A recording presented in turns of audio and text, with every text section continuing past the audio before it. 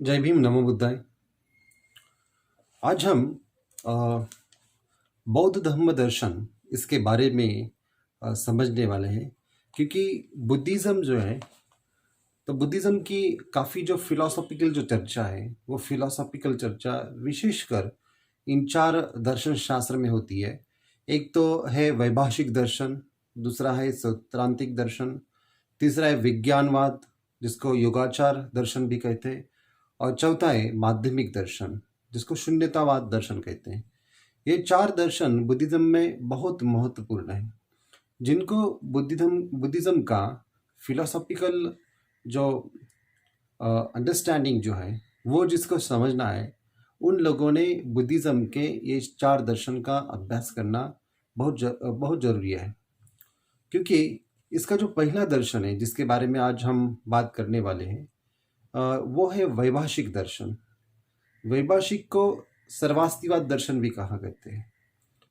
तो वैभाषिक जो दर्शन है या सूत्रांतिक दर्शन है, ये दोनों दर्शन हीनयान से संबंधित है, और विज्ञानवाद और माध्यमिक दर्शन ये महायान से संबंधित है। तो इस दर्शन की जो बात सर्वप्रथम जिस सर्वदर्शन संग्रह नामक ग्रंथ में आचार्य माधवाचार्य ने जो की है, तो इस दर्शन में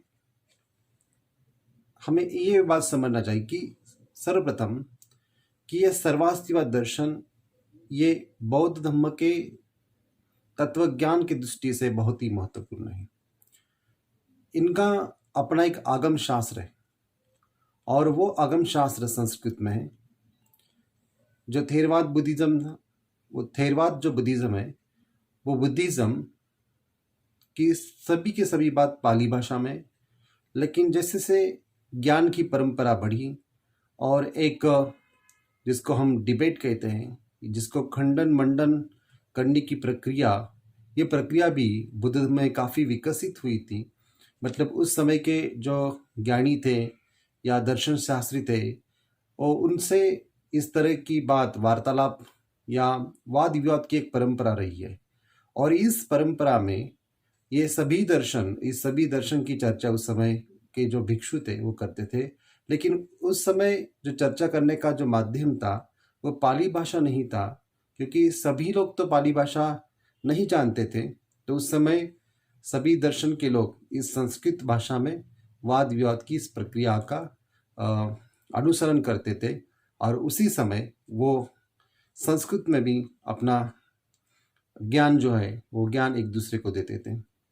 तो ऐसा ही ये सर्वास्तिवादी दर्शन है। इस सर्वास्तिवादी दर्शन का भी एक अपना एक आगम शास्त्र है, अपना एक त्रिपिटक है।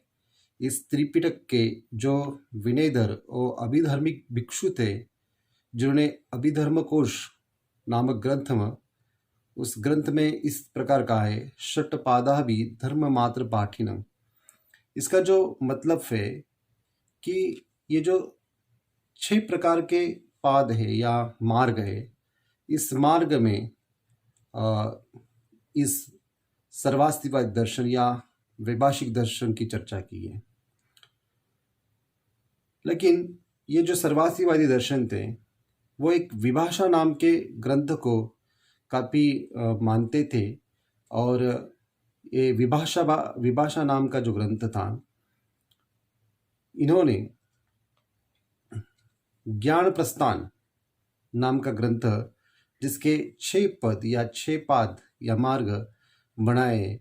लेकिन जो लोग इस विभाषा ग्रंथ को ज़्यादा मानते थे, वो ग्रंथ के नाम से ही इसको वैभाषिक कहा जाता है।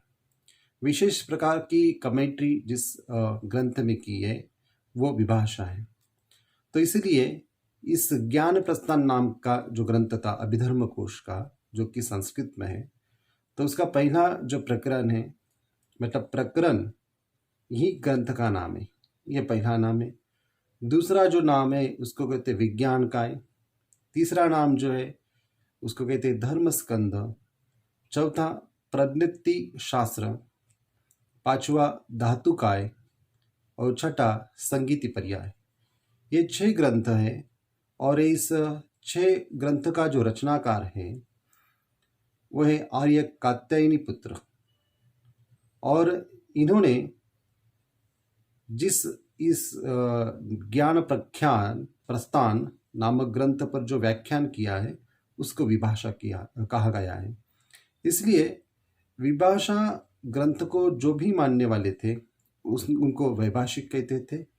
और ये सभी जो वैभाषिक जो थे उन सभी वैभाषिक को सर्वास्तिवादी भी कहते थे। इनका जो प्रमुख केंद्र था वो कश्मीर था और उनको कश्मीर वैभाषिक भी कहा जाता था। और कश्मीर में जो भी सर्वास्तिवादी वैभाषिक थे वो सभी को ही सर्वास्तिवादी वैभाषिक नहीं कहा कहते थे। जो कश्मीर के बाहर थे उनको बहिर्देशक कहा जाता था।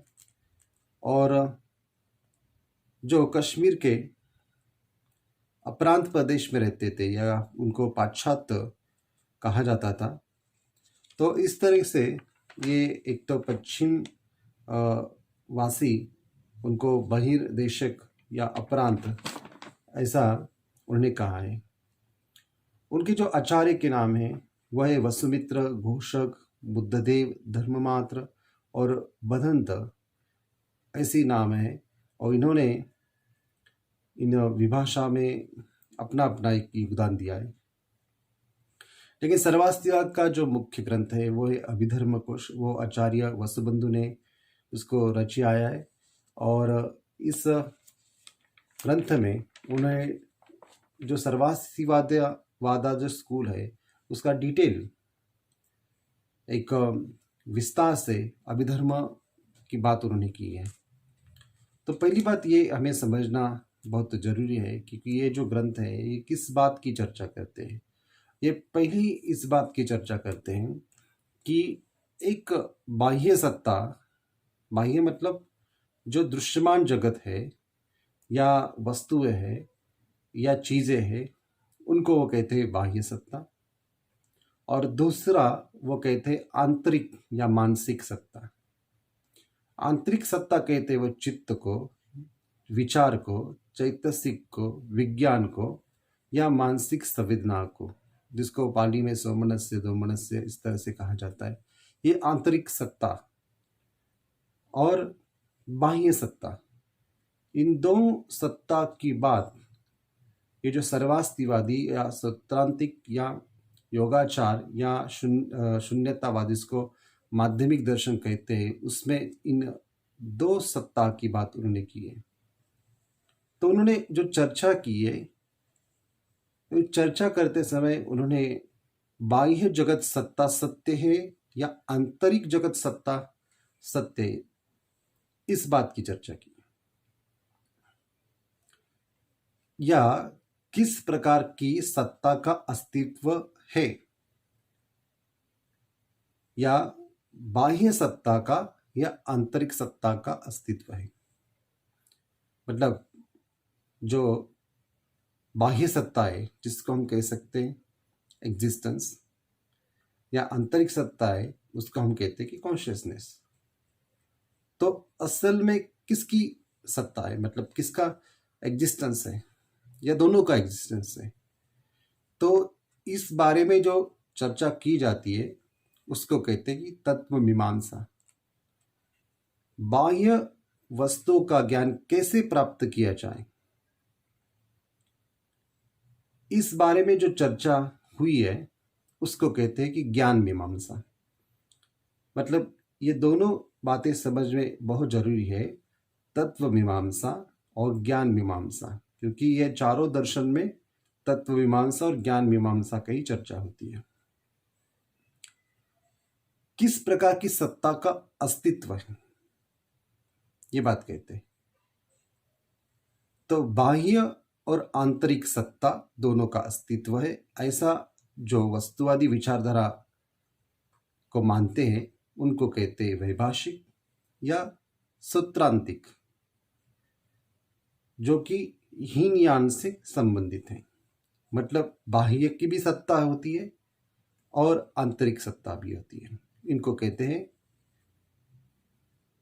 वैभाषिक और सूत्रांतिक दर्शन। ये दोनों दर्शन जो है इनको मानते हैं। लेकिन जो शून्यतावादी दर्शन है, जो माध्यमिक दर्शन है, वो कहते हैं कि किसी भी सत्ता का अस्तित्व नहीं है, ना आंतरिक सत्ता का अस्तित्व है, ना बाह्य सत्ता का अस्तित्व है। और विज्ञानवादी कहते हैं केवल आंतरिक सत्ता का अस्तित्व है।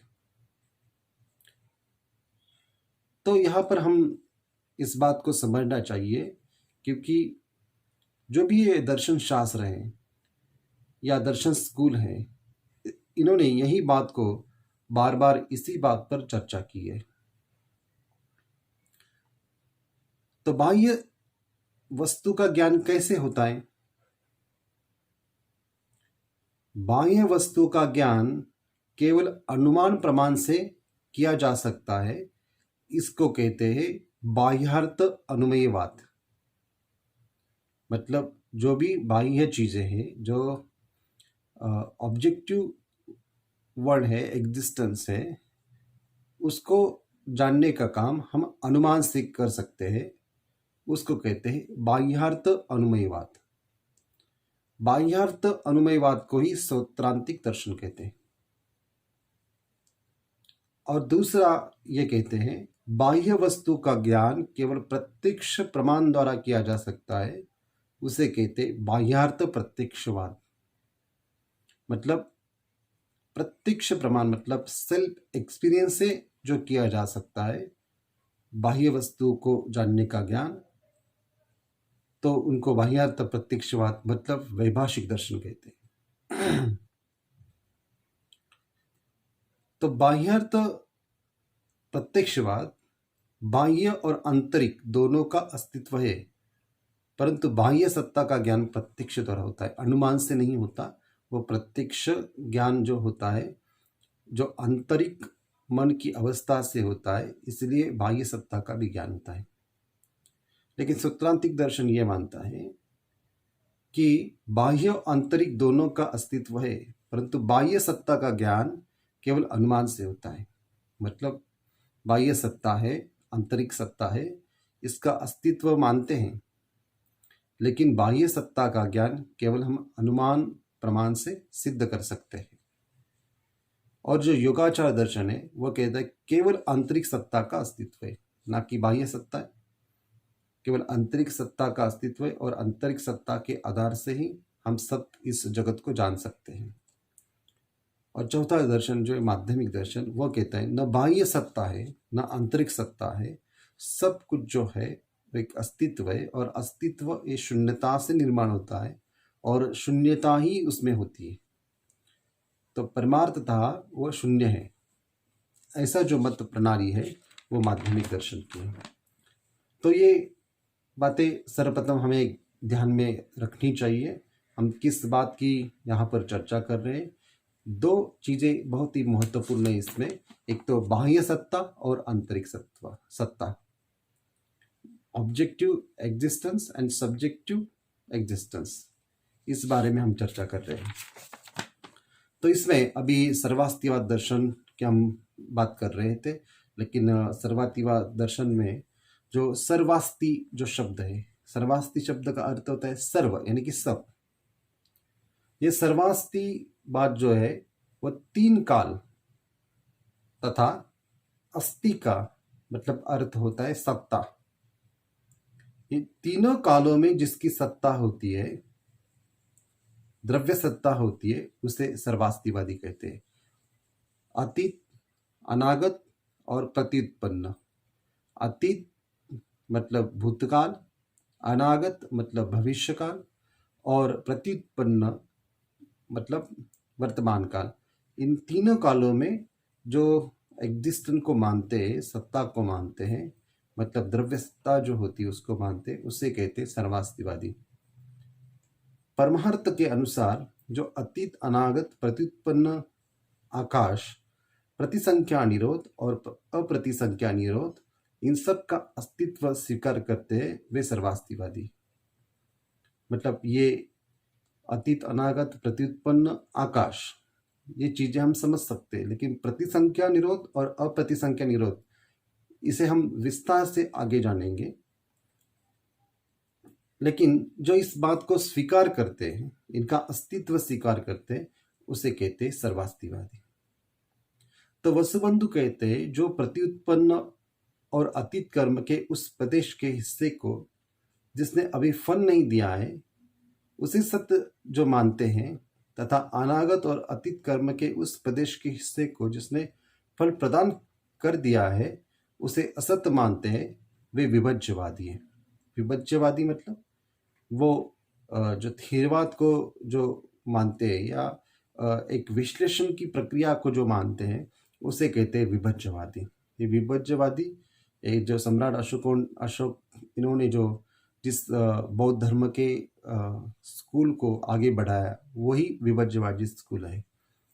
तो यहाँ पर वसुबंधु कहते हैं कि प्रत्युत्पन्न मतलब वर्तमान और अतीत कर्म के उस प्रदेश के हिस्से को जिसने अभी फल नहीं प्रदान किया या नहीं प्राप्त किया उसे जो सत्य मानते हैं, तथा अनागत भविष्य और अतीत कर्म के उस प्रदेश के हिस्से को जिसने फल प्रदान कर दिया है उसे असत्य मानते हैं, वे विभज्यवादी है। तो उनको विभज्यवादी कहा गया है, वो सर्वास्तिवादी नहीं है। उनके मतानुसार जिनका वाद यह है कि अतीत अनागत प्रत्युत्पन्न सबका अस्तित्व है, वे सर्वास्तिवादी हैं। सर्वास्तिवादी आगम और युक्ति के आधार पर तीनों कालों की सत्ता सिद्ध करते हैं। प्रारंभ और युक्ति के आधार पर तीनों कालों की सत्ता सिद्ध करते। उनका कहना है कि सूत्र में भगवान ने अतीत अनागत और प्रत्युत्पन्न तीनों कालों में होने वाले रूप आदि स्कंदों की रचना की है। युक्ति प्रस्तुत करते हुए वे कहते हैं कि अतीत अनागत की सत्ता न होगी तो योनि में अतीत अनागत विषय ज्ञान ही उत्पन्न न हो सकेगा, जबकि ऐसा ज्ञान होता है, तथा यदि अतीत नहीं है तो अतीत कर्म अनागत में कैसे फल दे सकेगा, अर्थात नहीं दे सकता। अंततः इन और अन्य अनेक युक्तियों के आधार पर सिद्ध होता है कि अतीत अनागत की सत्ता होती है। तो इस प्रकार इस मत प्रणाली को जो मानते हैं उसे कहते हैं सर्वास्तिवादी। तो सर्वास्तिवादी जो है, इनको समझने के लिए वसुबंधु के अभिधर्म कोश को समझना बहुत जरूरी है। इस अभिधर्म कोश में सर्वास्तिवादों का पूरा ज्ञान भंडार है। इस ग्रंथ, ये जो ग्रंथ है सर्वास्तिवादों का ग्रंथ अभिधर्म कोश, जो 600 कारिका का है, और इन कारिकाओं के ऊपर ही वसुबंधु ने ही अपना एक भाष्य लिखा है, और अलग अलग जगह उन्होंने उस मत प्रणाली के मानने वाले या संप्रदाय को मानने वाले आचार्यों की नाम और उनके मत भी उन्होंने उस वहाँ पर दिए हैं। इसलिए यह ग्रंथ काफ़ी महत्वपूर्ण है और काफ़ी बौद्ध धर्म को समझने वाले लोगों में इनका बहुत प्रभाव पड़ा। इनका जो अनुवाद जो हुआ है वो तिब्बती और चीनी भाषा में भी हुआ है। वसुबंधु आगे जाके उन्होंने महायान को स्वीकार किया, लेकिन हीनयान का उनका जो कंट्रीब्यूशन है वो काफ़ी बड़ा है, और सर्वास्तिवादी दर्शन का पूरा जो विस्तार है वो उनके ग्रंथ के आधार पर है। तो सर्वास्तिवादी वादों की ये जो व्याख्या है इस पर हम विचार करेंगे। इस प्रश्न पर बौद्ध में काफी विवाद होता था कि अतीत और अनागत धर्म द्रव्य सत्य है या नहीं। तो सर्वास्तिवादियों का मत है कि अतीत और अनागत धर्म द्रव्य सत्य है, क्योंकि ये त्रैधिक धर्म के अस्तित्व को मानते हैं, इसलिए इन्हें सर्वास्तिवादी कहते हैं। परमार्थतः कहते हैं कि यदि कोई कहता है अतीत, अनागत, प्रत्युत्पन्न, आकाश, प्रतिसंख्या निरोध, अप्रतिसंख्या निरोध, इन सब का अस्तित्व है तो उसे अस्तित्व है, तो उसे सर्ववास्तिवादी निकाय कहा गया है। लेकिन इसके विपरीत भी कुछ लोग ऐसा मानते हैं कि प्रत्युत्पन्न धर्मों का और अतीत कर्मों का अस्तित्व है यदि उन्होंने अभी फल प्रदान नहीं किया है, जबकि वे विपाक दान कर चुके हैं, तब उनका और अनागत धर्मों का जो अतीत या वर्तमान कर्म के फल नहीं होते, उनका अस्तित्व होता है या नहीं होता। अगर होता है तो हम पहले देख चुके वो विभज्यवादी है। तो इसलिए इस बात को हमें समझना चाहिए कि अतीत अनागत के अस्तित्व को सिद्ध करना ही सर्वास्ति आगम का एक उद्दिष्ट है।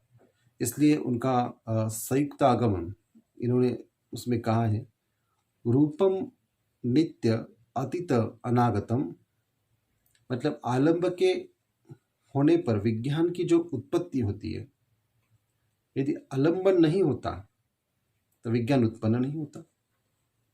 यदि अतीत और अनागत वस्तु न होती तो आलंबन के बिना विज्ञान होता है, विज्ञान आलंबन के बिना विज्ञान होता है। अंततः आलंबन के अभाव में विज्ञान न होगा। यदि अतीत नहीं है तो शुभ कर्म और अशुभ कर्म अनागत में फल कैसे देता है? वास्तव में विपत्ति काल में विपाक हेतु अतीत होता है। मतलब इस बात को समझना बहुत जरूरी है। आलंबन के होने पर विज्ञान की उत्पत्ति होती है। मतलब जो भी इंद्रिय है, चक्षु है, श्रोत है, ग्रहण है, जिह्वा है, या अब हमारा पूरा का पूरा काया है या त्वचा है, और इनके विषय है रूप, शब्द, ध्वनि, स्पर्श इत्यादि, ये जो विषय है, अगर ये विषय ही आलंबन है तो ही विज्ञान की उत्पत्ति होती है। यदि आलंबन नहीं है, अगर आलंबन नहीं है तो विज्ञान उत्पन्न नहीं होता। यदि अतीत और अनागत वस्तु न होती तो आलंबन के बिना विज्ञान होता है। यदि अतीत यानी कि भूतकाल और अनागत यानी भविष्य काल, इन कालों में अगर वस्तु या कोई भी चीज़ का अस्तित्व न होता तो आलंबन के बिना विज्ञान हो सकता है। अंततः आलंबन के अभाव में विज्ञान न होगा।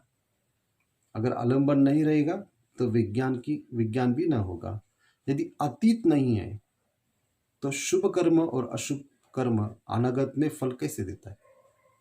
अगर भूतकाल नहीं है तो जो भी हमने कर्म किए हैं उसका फल भविष्य काल में प्राप्त होता है, या शुभ कर्म हो या अशुभ कर्म हो, तो उसका जो परिणाम आता है, उसका जो विपाक आता है, वो तो भविष्य के काल में आता है। तो वो कैसे फल दे सकता है? वास्तव में विपत्ति काल में विपाक हेतु अतीत होता है। मतलब विपत्ति काल में विपाक हेतु क्या होता है? अतीत होता है, क्योंकि जो जो कर्म का जो फल प्राप्त होता है वो अतीत से आया हुआ होता है, इसलिए उसका विपाक होता है। ये काफ़ी इंटरेस्टिंग स्कूल है, उसमें काफ़ी इंटरेस्टिंग इसका अभ्यास उस समय के भिक्षुओं ने किया था। और उन समय के जो अलग अलग भिक्षु थे उनके भी अपने अपने एक अलग अलग प्रमाण थे, वो अलग अलग उनके निकाय थे या उनके विभाग थे। तो सर्वास्तिवादों में भी भावांतिक या लक्षणांतिक या अवस्थांतिक या अन्यथांतिक, ऐसे जो चार महत्वपूर्ण जो निकाय है या सर्वास्तिवादों के, उनके भी चार मत प्रणाली है, उनका भी हम स्टडी करेंगे। लेकिन ये बात हमें समझना बहुत जरूरी है कि ये जो चार संप्रदाय हैं, इन चार संप्रदायों में ये सर्वास्तिवादी संप्रदाय ये हीनयान से संबंधित है। अगर ये हीनयान से संबंधित है तो उनका जो पूरा का पूरा जो विस्तार उन्होंने किया है वो पूरा का पूरा विस्तार ये हीनयाना को ही लेके किया है। तो इसलिए जो यहाँ पर सर्वास्तिवादी निकाय जो है, ये सर्वास्तिवादी निकाय भी उसी को अलग अलग ढंग से प्रकट करते हैं। जैसे एक पहला इसका जो मत रखा है वो बदंत धर्म मात्र का मत है। वो भावंतिक मत उनको कहते हैं, मतलब सर्वास्तिवादी में भी एक भावंतिक मत है। भावंतिक मत के पक्ष मात्र बदंत धर्म मात्र है, अर्थात इनकी प्रतिज्ञा ये है, ये अर्धव का अन्यथार्थ भाव के अनंतवश होता है। मतलब शुरुआत और अस्त जो होता है वो भाव के अनुसार होता है। जब एक धर्म अध्व से दूसरे अध्व में गमन करता है तब उसके द्रव्य का अन्यथार्थ नहीं होता, किंतु भाव का अन्यथार्थ होता है। मतलब एक चीज दूसरे में जब गमन करती है या उसमें चली जाती है तब उस चीज का जो अस्तित्व है वो उसका जो भाव है वो भाव के अनुसार होता है। उसको कहते अन्यथात्व जो होता है। यहाँ एक वो दृष्टांत देते हैं समझने के लिए। जो कुछ आकृति है, जो आकृति के अन्यथात्व को प्रदर्शित करता, अन्यथात्व मतलब वो चीज को बदलता है या दूसरी जगह चला जाता है, आकृति के अन्यथात्व को प्रदर्शित करता है। सुवर्ण के भांडों को तोड़कर उसका रूपांतर करते हैं। जैसे कि अगर सुवर्ण का कोई पात्र है तो उसे हमने तोड़ा तो उसका रूपांतर जो करते हैं तो उसके जी आकृति जो है, उसकी जो संस्थान है जो है, उस संस्थान का परिवर्तन अन्यथात्व जो होता है वो बदल जाता है। मतलब अगर घड़ा हो तो घड़ा सोने का हो और उसको पिघल कर एक दूसरा पात्र बना दिया तो उसका रूपांतर तो होता है, वर्ण का नहीं, गुण के अनुसार का दृष्टांत होता है। तो उसका वर्ण वैसे के वैसे रहता है लेकिन उसका गुण बदलता है। मतलब जिस चीज में रूपांतरित होता है, अगर घड़े का उपयोग पानी पीने के लिए और अगर उसकी जगह दूसरी कुछ कोई चीज बनाई तो उसका उपयोग उस चीज के लिए होता है। तो उसको वो कहते हैं अन्यथात्व का दृष्टांत दे के वैसे कहते हैं कि उसका जो रूपांतरण होता है वो रूपांतरण वर्ण का नहीं गुण का होता है।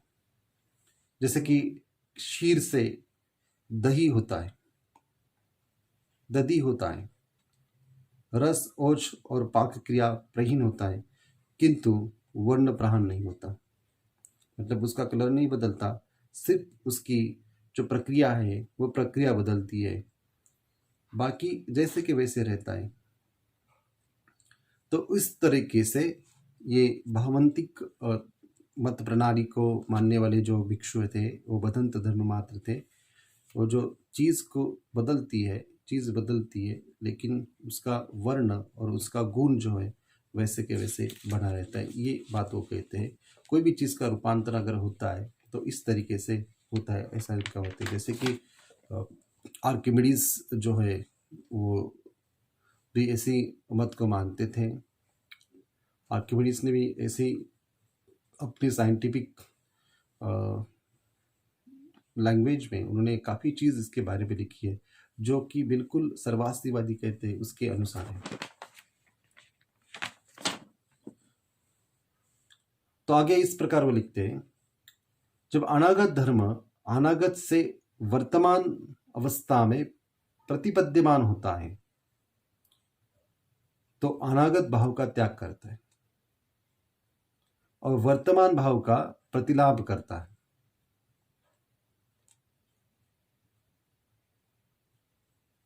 और वर्तमान भाव का प्रतिलाभ करता है, किंतु द्रव्य का अन्य तत्व रहता है। उनको इस तरीके से कहना है, जब कोई अतीत धर्म अनागत से वर्तमान अर्ध में प्रतिपाद्य होता है, तो अनागत भाव का त्याग करता है और वर्तमान भाव का प्रतिलाभ करता है, किंतु द्रव्य का अन्यत्व रहता है। जो भी चीज है उसका अस्तित्व वैसे के वैसे रहता है, सिर्फ उसकी आकृति बदलती है या उसका रूपांतरण होता है, उसका गुण कलर वो सेम रहता है। जब ये वर्तमान से अतीत में प्रतिपद्यमान होता है तो वर्तमान भाव का त्याग और अतीत भाव का प्रतिलाभ होता है, किंतु द्रव्य अन्य रहता है। जैसे वर्तमान से मतलब वो अतीत में चला जाता है तो वर्तमान भाव का त्याग करता है और अतीत भाव का प्रतिलाभ होता है, किंतु उसकी जो अवस्था है वो वैसी की वैसी बनी रहती है, वो द्रव्य अनन्य रहता है। दूसरा जो मत है वो है लक्षणांतिक सर्वास्तिवादी। इसमें भदंत घोषक का ये पक्ष है कि उन्होंने लक्षणांतिक धर्म की व्याख्या की है। वो कहते हैं कि धर्म अवस्था में प्रवर्तन करता है। धर्म जो अवस्था में प्रवर्तन करता है, जब ये अतीत होता है तब ये अतीत के लक्षण से युक्त होता है। मतलब भूतकाल का होगा तो उसका जो लक्षण उस समय का होगा तो उससे युक्त होता है, परंतु ये अनागत और प्रत्युत्पन्न लक्षणों से अवियुक्त रहता है। मतलब अनागत मतलब भविष्य काल, वर्तमान में जो उसका रूपांतर होता रहता है वो उससे अवियुक्त रहता है। यदि अनागत होता है तो ये अनागत के लक्षण से युक्त होता है। अगर वो अनागत मतलब भविष्य काल का होता है तो उसके लक्षण से युक्त रहता है, और अतीत और प्रत्युत्पन्न लक्षण से अवियुक्त रहता है। ऐसा उनका एक मत था। दूसरा है अवस्थांतिक। अवस्थांतिक मतलब ये भदंत वसुमित्र का पक्ष है। उन्होंने अवस्थांतिक सर्वास्तिवादी की बात कही है। इसमें वो कहते हैं कि अवस्था के अन्यत्वात् से अवस्था के अन्यत्वात् से, मतलब उसकी जो शुरुआत है, कोई भी चीज का जो अन्यथात्व होता है वो धर्म अवस्था में प्रवर्तन होकर अवस्था को प्राप्त करता है। उसकी अलग अलग अवस्था बनती रहती है, उसको अवस्थांतरण कहते हैं। मतलब वो चीज को बदलता है, और जो अतीत है, अनागत है या प्रत्युत्पन्न है, इन तीनों समय में वो बदलते रहता है, उस अवस्था में रहता है, और अलग अलग वो जगह उस तरह से निर्दिष्ट होता है, मतलब उसी तरह से प्रकट होता है। चौथा है अनंथाथिक बदंत। अनंथातिक सर्वास्तिवादी ये दर्शन है। इसमें बदंत बुद्धदेव का ये जो पक्ष है, अनंथाथिक, इस अवस्था में अपेक्षावश व्यवस्थित होते, धर्म अवस्था में प्रवर्तमान हो, अपेक्षावश संज्ञांतरण ग्रहण करता है, अर्थात ये पूर्व और अपर की अपेक्षा वश अतीत अनागत वर्तमान कहलाता है। अर्थात ये जो कहते हैं कि कोई भी धर्म अवस्था में जो प्रवर्तन होता है, उस प्रवर्तन होते समय उसका संज्ञांतर भी होता है, उसके नाम भी बदलता है, उस संज्ञांतर को वो ग्रहण करता है। पूर्व और अपर की अपेक्षा, पहले और बाद में वो अतीत अनागत वर्तमान इनको कहलाती है।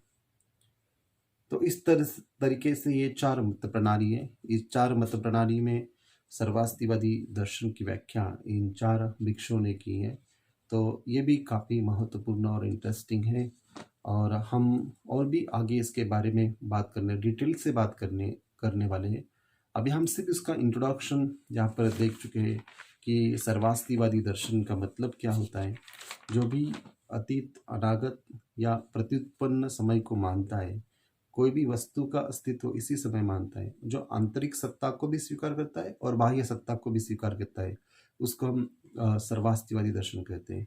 सर्व अस्ति मतलब तीनों कालों में जो अस्तित्वमान है, जो एग्जिस्टेंस को मानते हैं, इसको हम सर्वास्तिवादी दर्शन कहते हैं।